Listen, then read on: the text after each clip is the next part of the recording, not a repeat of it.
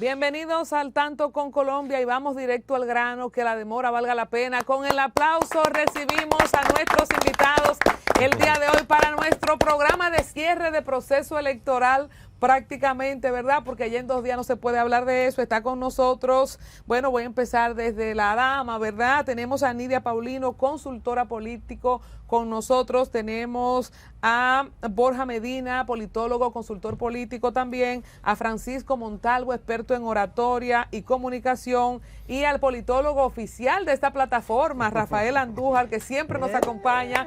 Así es que, bueno, un placer tenerlos a todos aquí y qué rico poder tener este panel que ya es costumbre aquí en Al Tanto, hoy para analizar lo caro que son las campañas políticas, por qué tenemos que invertir tanto dinero y haciendo el hincapié en la senaduría del distrito, que ha sido como el cherry del pastel en todo lo que ha sido esta campaña del año 2024. Iniciamos con Nidia. Nidia, tu mirada, estamos a 2 días, tenemos el tema de la guerra de encuestas o las encuestas que ya de ser un instrumento científico se usan también para percepción. Vamos a ver con el énfasis en las encuestas qué te ha parecido a ti y cuál puede ser la más certera, que ya en días vamos a confirmarlo.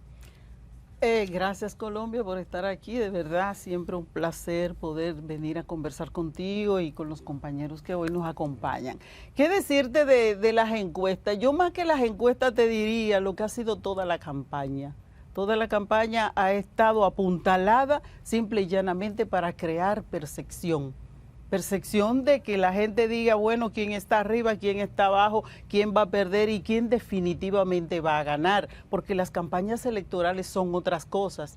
Entra muy dentro de las campañas lo que es la opinión pública. Sin esta no debería haber campaña electoral. La opinión pública, Colombia, es indispensable en una campaña electoral. Que la campaña emocione y que la campaña informe, pero que informe realmente. Ahora, yo respeto mucho las encuestas, aquellas que tienen metodología y que tienen un histórico de que hacen las encuestas como deberían ser hechas, respetando, como te he dicho, la metodología, perfectamente podrían ser creíbles. Pero aquellas que se han utilizado solamente para que la percepción continúe, que han sido la mayoría, eso por podemos ejemplo, decirlo, ahí sí que no estamos. Gallup, Centro Económico del Cibao, RDLI, RCC Media, en promedio todas le dan, yo diría que un 58, porque va desde un 55 hasta un 68, creo que es la que más 68 lo último de hoy. ¿Tú ves en esta coyuntura y en el liderazgo y en la persona de Luis Abinader como candidato romper los récords que dejó Danilo de un 62? ¿Tú crees que estas encuestas aciertan? Yo creía que no era cuestión de romper un récord.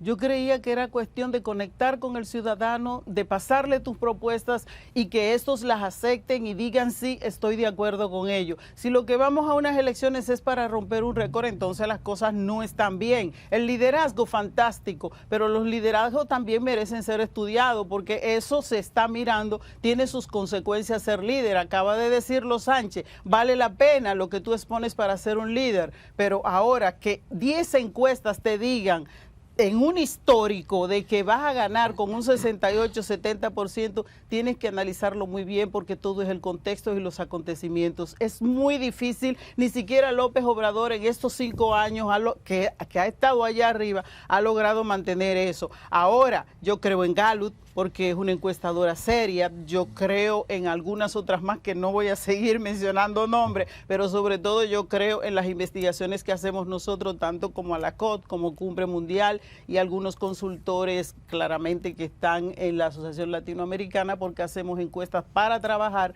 no para crear percepción. Bueno, hablar con Borja Medina, que es un joven, una luminaria del tema político, lo hemos tenido en distintos proyectos que hemos realizado, nos ha encantado escuchar su proyección, aunque es joven, pues tiene ese bagaje también que le han dado los estudios. O sea, Borja, algunos dicen que esta campaña ha estado muy aburrida, qué aburrida esta campaña, Dios mío, ¿ha sido aburrida? Yo pienso que no, yo pienso que esta campaña verdaderamente ha tenido contenido, en todos los candidatos han presentado de alguna manera propuestas, los memes han colocado también se han colocado de manera importante, lo que viene ya como en tendencia de las últimas elecciones 2019-2020 en Latinoamérica, vimos la importancia que se le había dado a los memes. Eso ha ocurrido aquí. Quizás se han perdido las expresiones vulgares que se hacían anteriormente. Eso lo que puede indicar ahí es que la República Dominicana, tanto la ciudadanía como algunos de sus candidatos, han elevado el nivel del discurso, han elevado el nivel del debate, bueno, la celebración de debates electorales formales en diferentes niveles, tanto para alcaldes, senadores y presidencial.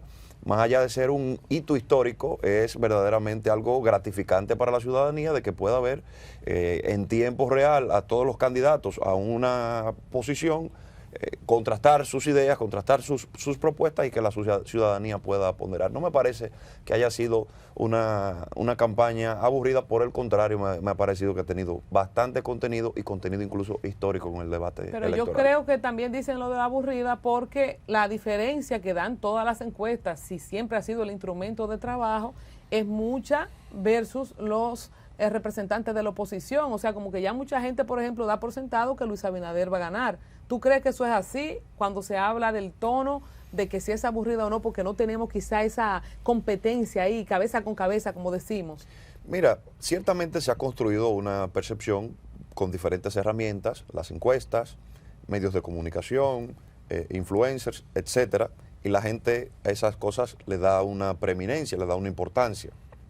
Ahora bien, tomarlo como elemento para determinar o como un indicador que determine si es divertida o aburrida una campaña es algo erróneo, porque eso no tiene ningún, digamos que, rigor científico que pueda uno inducir o indicarle a los que nos dedicamos a esto qué ha sido o cómo ha sido la campaña. Eso solamente lo pueden determinar los indicadores que uno pone en los estudios, tanto cuantitativos como cualitativos, para saber qué está ocurriendo en el ánimo de la gente. Bueno, con Francisco Montalvo, que es experto en oratoria, me gustaría tocar precisamente el contenido de los discursos y la forma. El mismo presidente Abinader, que Hipólito le pegó el mote de Tayota en campañas pasadas, ha dicho que la Tayota ha cogido sabor. Y yo, que no soy experta quizás como tú, he visto una evolución en su discurso, en la ejecución, una teatralidad, inflexiones, sube, baja, te acaricia, o sea, como que tiene muchos momentos que quizás en términos científicos nos gustaría escucharte, y de Leonel, que decir que es un experto en esto, y en el caso de Abel, y si quieres hablar de alguno de los candidatos senatoriales o diputados también, decirnos cuál ha sido para ti la lectura en términos de comunicación. Claro que sí. Primero destacar que esto no es a nivel político, sino profesional en cuanto a la comunicación y la oratoria de los candidatos. Vemos cómo la comunicación, cómo la oratoria en sí ha evolucionado desde los tiempos de Peña hasta ahora. Hemos visto cómo el discurso ha ido evolucionando. En este caso se valora más la comunicación más cercana, y eso es lo que el presidente Abinader está apostando, ¿no? Una comunicación cercana a la gente. Fíjense que, por ejemplo, en el debate, un punto muy importante que se tocó, y es que él no llevó corbata, pero es un símbolo, eso está comunicando algo por igual. Él no lleva corbata cuando va a hacer un discurso. De hecho, a él se la quitaron, pero si se fijan en épocas anteriores, Abinader siempre tenía su corbata como empresario que es. Ha mejorado mucho por igual el tema de las inflexiones de la voz, como tú bien mencionas. Anteriormente, a él lo entrevistaban y se notaba un tono de voz completamente plano. Bueno, vamos a hablar ahora sobre cómo nosotros como candidatos vamos a tal. Y ahora le está haciendo esa inflexión de voz, lo cual, por eso él relaja diciendo que la Tayota ya no es tan Tayota, porque está agarrando realmente mucho carisma. ¿Y qué tan importante, Montalvo, para la política, para captar votos, esas cosas técnicas que tú hablas, de voz plana, de hacer inflexiones, qué tan importante es eso? Es importantísimo mantener una comunicación no verbal variada, porque, por ejemplo, tú como candidato vas a dar un discurso y tu comunicación es plana, ya sea con los gestos, ya sea con la entonación, llega un momento en que el público se te desconecta. Entonces, el candidato es muy, muy importante que mantenga esas inflexiones en la voz, que mantenga un lenguaje corporal variado, un lenguaje corporal cercano a la gente que permita esa conexión.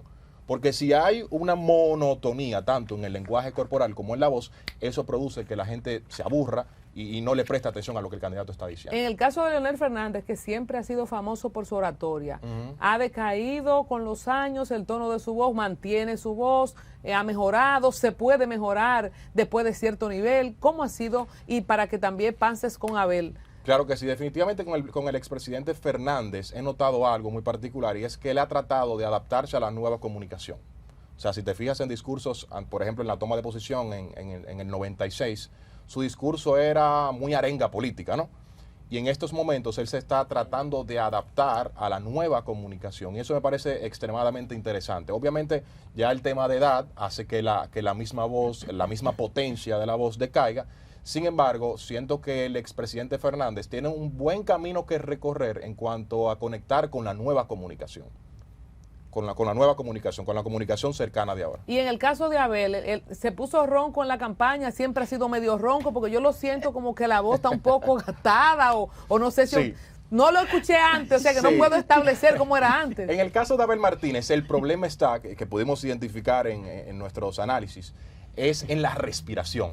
¿Qué pasa? La respiración es la materia prima de la voz. Si yo no respiro correctamente, me voy a poner ronco. Entonces, debido a las actividades continuas que han tenido los candidatos, eso hace que si no administra bien el aire, por supuesto se van a quedar roncos. En el caso de Abel, eso es lo que pasa. Esto que le pasó a Pacheco, por ejemplo, que yo nunca había Sí, visto algo así. sí. Yo nunca Se en la mi apagó. vida, ni en película. Sí. Lo que le pasa a Pacheco es prácticamente lo mismo. Si tú no tienes una buena respiración, te va a suceder eso. Por eso es que los candidatos tienen que trabajar su oratoria, tienen que trabajar su comunicación y tienen que trabajar la respiración para que no suceda eso. Pero puede ser que de repente tú estés hablando y se te acabe la voz. Claro. ¿Y en cuánto tiempo te vuelve? Porque él intentó... O sea, los dientes no están bautizados. Nidia, tú que eres de San Juan, ¿verdad? Que decía, los dientes no están bautizados. Porque La emotividad. fue muy también. cómico porque él intentó, tú sabes, como que se ve que nunca le había pasado eso. Y en un momento complicado, porque cuando te sucede eso, tú dices, tierra, trágame. Pero hay maneras de sobrellevar esa situación. ¿Qué se puede hacer Se cuando un maneja. candidato, atención, porque lo que le pasó a Pacheco, dicen por ahí donde él compró, venden? Sí. ¿Qué hacer para dar un consejito breve? Claro. Si a usted se le va la voz, animadores, cantantes, el manager del Alfa hacía una historia aquí en la serie que hicimos de los managers, que el Alfa en la segunda canción se le acababa la voz, Ajá. porque no sabía administrar el aire. Pero ¿qué hacer si te pasa eso? ¿Cómo se cierra un discurso si ya no tienes voz? Ok, lo primero que tengo que destacar como especialista es trabajar con la prevención. O sea, para que no te pase eso. Vamos a trabajar con la respiración, ejercicios de respiración diafragmática. Ahora, te pasó en el escenario, número uno, tener siempre tu copita de agua Le allí. dieron agua, no funcionó. Tu copita de agua allí, pero no para el momento en que te suceda, sino antes. Antes de tu discurso te hidratas para que tus cuerdas vocales estén hidratadas. ¿Qué Si tenía te Peña sucede- Gómez que se pasaba horas gritando? Porque era fuerte lo de Peña Gómez. Él hablaba muy alto. Bebí Si te- agua Bebía agua. constantemente. se hidrataba Siempre bastante la bien. tenía, Y si te siempre. sucede, por ejemplo, en el escenario, lo que le pasó a Pacheco, mi recomendación es un silencio. O sea, haz una pausa. Hay muchos políticos los que le tienen miedo a las pausas. Y las pausas también comunican. Entonces, cuando tú haces una pausa estratégica, le das tiempo a tu voz a recuperarse.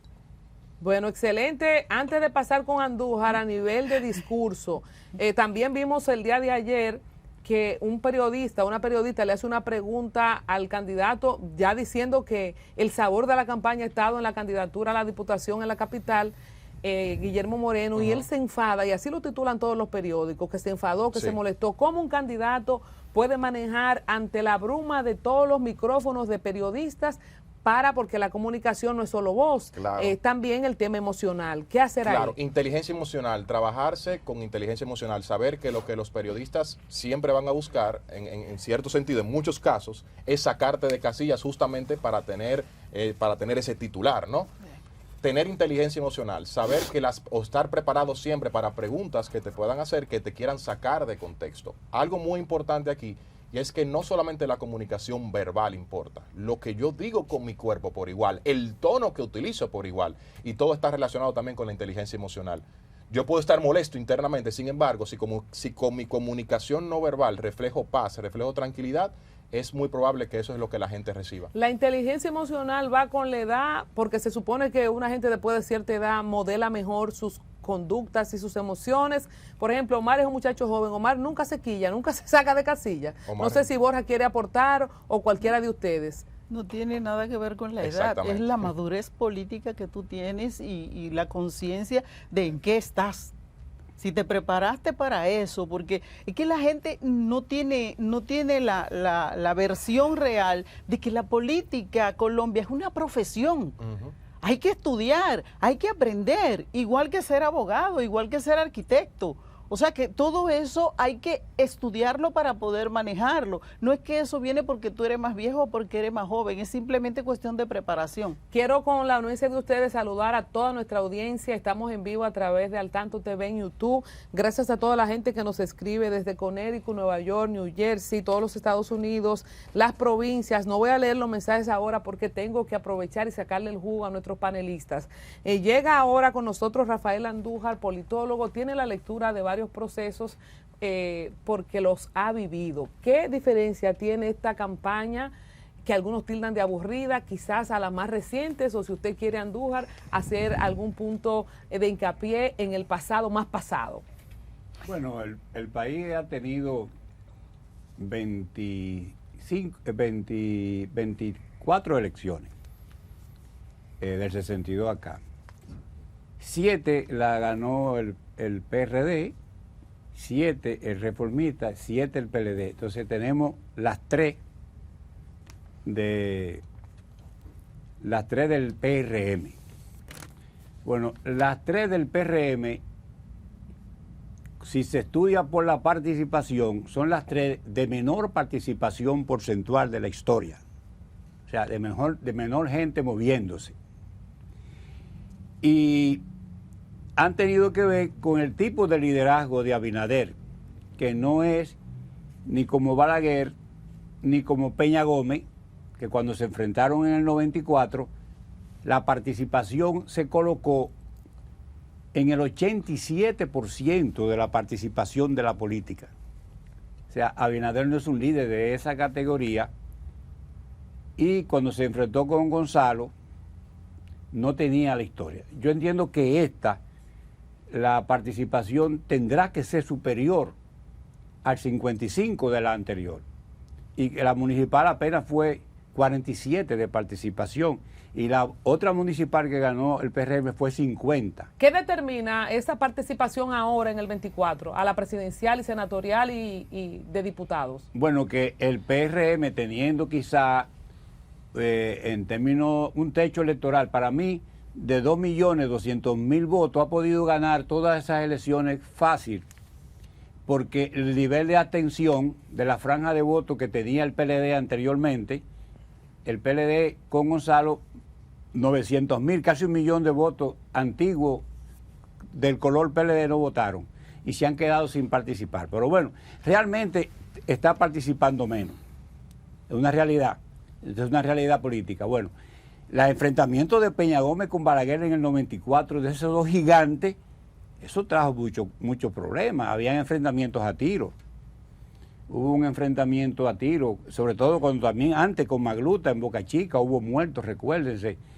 Ya la gente superó eso. Con don Antonio habían enfrentamientos a pedrada. O sea, cualquier jefe de un pueblo como San Juan quería detener al presidente Antonio Guzmán.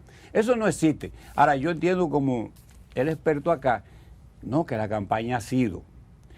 Y que el proceso de dominio, como decía la primera panelista, de las encuestas y de crear una opinión de que tengo tanto y que voy a romper un récord, porque la política del PRM es voy a romper un récord. O sea, Danilo estableció 62, yo quiero tener 70, y entonces en su arenga es diciendo que van a tener 70, lo que no va a ser posible.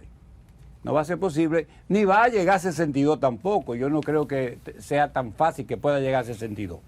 ¿Por qué? Porque yo le he explicado aquí que las reelecciones siempre se han pasado por obra y con economía sin inflación. Así es. Y este gobierno ni tiene obra y tiene una economía con inflación. Entonces, bueno, eso viene una limitante del voto. Yo no digo que el PRM no pueda ganar en primera vuelta superando el 50+1. Pero si llegara a 51, ya lo resolvió. Pero cuando tú ves los que analizan las encuestas, incluyendo a Bernardo Vega, dijo, el PRM está 33 puntos de Leonel. Eso no es lo que importa. Lo que importa es que está en su encuesta 8 por encima del 50+1. O sea que, entonces tú te das cuenta que, el obstáculo de Luis es el 50+1. Y al día de hoy, si nos vamos a la capital, con la compra, porque están comprando los dirigentes, eso no dice que es mentira, de Cerrulle, con meter a Cruz y Minian en la 2, meter a Cerrulle hoy. Pero es verdad que Cerullo se va. Sí, es verdad. ya. Borja, es verdad eso. Está demasiado fuerte. Todo luce indicar que sí. Sí, ya está. Ok, entonces, Andújar, vamos a seguir con la parte histórica. Tengo que hacer una pausa y despedir a Borja, pero me gustaría, Borja, antes de que te vayas, ¿puede Omar ganar esa senaduría con situaciones en la 1 donde estaba duro porque Paz no pudo ser inscrito? Si se va Elías Cerrulle y su esposa, que son un bastión en su demarcación también, más las cosas que ya conocemos de lo que es aplicarle el poder. Saludos para Danilo Medina cuando dijo que el poder lo venció. ¿Qué posibilidades tiene Omar en este escenario de ganar? Omar va a ganar la senaduría del Distrito Nacional, yo no tengo la menor duda. De hecho, las últimas encuestas sí lo indican. Recientemente, la Mark Payne colocó a Omar con un 55%. Su más cercano contendor con un 33, me parece, algo así, 30 y algo.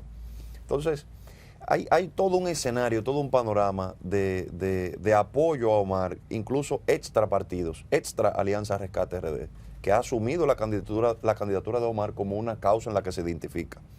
Ahora bien, lo que mencionas, eso ya puede incluso hasta calificarse como de transfugismo solitario. Porque las personas, las figuras se están moviendo de partido a partido, pero no se está viendo tampoco la traslación de un movimiento masivo o multitudinario hacia otro partido, que es una estrategia que ha aplicado el PRM de llevarse rostros, caras significativas de otras organizaciones para dar la impresión de que se está movilizando, correcto, percepción de que se está movilizando una estructura partidaria a otra. Eso no es lo que está ocurriendo. En el Distrito Nacional, tanto en las 3 circunscripciones, las estructuras del PLD, de la Fuerza del Pueblo, del PRD, de los demás partidos, PDI, BIS, PQDC, PSC, que apoyan la candidatura de Omar, están monolíticamente unificados, y hay que tomar en consideración lo siguiente. Omar es candidato de 3 partidos mayoritarios con historia. Con historia. Recuerden que el otro candidato es candidato del partido oficialista y con otros partidos que bien han sido apoyo del sistema de partido, pero no han sido los determinantes en candidaturas de esta naturaleza en el Distrito Nacional. ¿Por qué ha hecho hincapié el PRM y el gobierno en ganar esta candidatura? Sabemos que todo el mundo quiere ganarlo todo, pero ¿por qué ha hecho este hincapié? Se busca refuerzo cuando hay una debilidad. En el deporte, cuando entran a un refuerzo, o lo buscan en béisbol, baloncesto, lo que sea, entra un refuerzo, es porque el equipo tiene una debilidad. Y para llenar la nevera también. Claro. Hay un histórico sobre la candidatura del distrito, Sí. Porque es la que tiene menos votos de todas las candidaturas, pero igualmente si te vas allá atrás, como hace siempre Andújar, tú ves cuáles son las personas que han representado el distrito, particularmente de Faride ahora cuando sale de esta candidatura, quienes han estado en la candidatura senatorial del distrito, tienen una historia política importante. Ahí mismo esto también, marca. Ahí mismo también, aprovechando eso que dices, hay un tema. El 33% de los PRMistas en una encuesta dicen que van a votar por Omar, que no van a votar por su candidato. Yo te quería hacer esa pregunta y citando a Abel, es una pregunta que todos nos la hacemos. ¿A qué se debe eso? ¿Por Eso qué? se debe a lo siguiente. El PRM tenía la ilusión de que su actual senadora fuera la candidata actual del PRM. No fue así por un pacto que hizo el presidente Abinader. Ahora bien, ¿qué ha ocurrido? Analicen lo siguiente. ¿Cuántas veces ustedes han visto en esta campaña a Farideh Raful con Guillermo Moreno? Una vez. Yo la vi una vez. Forzada. 3 veces. 3 veces. En los 4 meses que tiene esta campaña, 3 veces, cuando el presidente Abinader fue a votar en las municipales, fue la primera vez que se vieron juntos, en una caravana y luego en la rendición de cuentas de Farideh, que fue la semana pasada. Bueno, sí. Pero esas son las 3 veces que han aparecido en juntos. términos de campaña, Pero el día ella del tiró una pullita el día de lo de Peña. ¿Tú la leíste? Pero lo que los quiero decir liderazgos con no eso, son para guardarlo. Pero lo que quiero decir con Twitter. eso es que ese es un candidato advenedizo, que la gente en el PRM no lo reconoce como propio. Y además que hay que recordar que este es un candidato que, a diferencia de Omar, que ha basado su campaña en propuestas, ideas, innovaciones de campaña. Ustedes nunca me han visto un candidato retirando los afiches para proteger la ciudad y hacer casa para perritos antes de que se acabe la campaña. Eso es una innovación en una campaña electoral. Ahora, este candidato hizo lo contrario. Omar no se iba a pasar su campaña diciendo, recordando, no, porque ese candidato fue el que acusó al presidente Abinader de los Panama Papers y que la Procuraduría tenía que investigarlo. No, porque ese fue el candidato que dijo que la Inespre es un huacal lleno de botellas y honrosamente le levanta la mano al presidente del partido para que lo juramente. O sea, y acusó a mi papá. Esas cosas la gente las ha visto y ha hecho el contraste. Cuando ayer los miembros de la prensa que ejerciendo su profesión le preguntan, él responde de manera airada, en la noche Omar coloca un video promoviendo el amor, vota con amor. O sea, vemos por un lado... ¿Tú no crees que Omar se está pasando de marketing porque esa campaña también ha tomado ahora un rigor como presidencial? No, Omar está simbolizando el ánimo de la gente que entiende que todo lo han querido circunscribir a Omar para aplastarlo y la gente se ha aglutinado alrededor de él para impedirlo. Y eso se va a ver manifiesto el 19 de mayo. Puedo decirte algo de lo que pienso de esto. Es peligroso cuando en las campañas electorales ves tanto marketing y poca política, claro, porque estamos en campañas electorales políticas y eso es importante. Ahora sí, la decisión política del PRM de decidir llevar a Guillermo Moreno como candidato ante Faride, aún con los problemas que ella tenía momentáneos, creo que le va a resultar errónea por esto. ¿Por qué? Porque Faride Omar, piensa en una campaña Faride Omar, lo interesante que hubiese sido esa campaña, a pesar de los pesares y los problemas que en esos momentos tenía Faride. Pero otra cosa más importante, y es que el mismo PRM ha convertido lo de Omar no en una campaña electoral, sino en una causa. ¿Por qué? Porque se concentraron en Omar. Así es. Y se olvidaron que ellos eligieron un candidato que era todo lo contrario a lo que es Omar: juventud, preparación, el histórico de Guillermo Moreno, que no era muy bueno para el momento y menos para el Distrito Nacional, y todo esto también le está pasando al PRM, puede pegársele al presidente Abinader. A veces en campañas electorales no siempre todo te resbala, hay que tener cuidado que se te pega algo. A la gente le gusta el can y le gusta la política y la pelota porque tenemos el histórico de más personas conectadas desde que empezamos estas transmisiones en vivo, así es que gracias a todas las personas que están en sintonía. Tengo un compromiso de hacer una pausa. Estamos conversando con Borja Medina, consultor político, Francisco Montalvo, experto en oratoria y comunicación, Nidia Paulino, consultora política, y Rafael Andújar, politólogo. Vamos a hacer una pausita muy breve.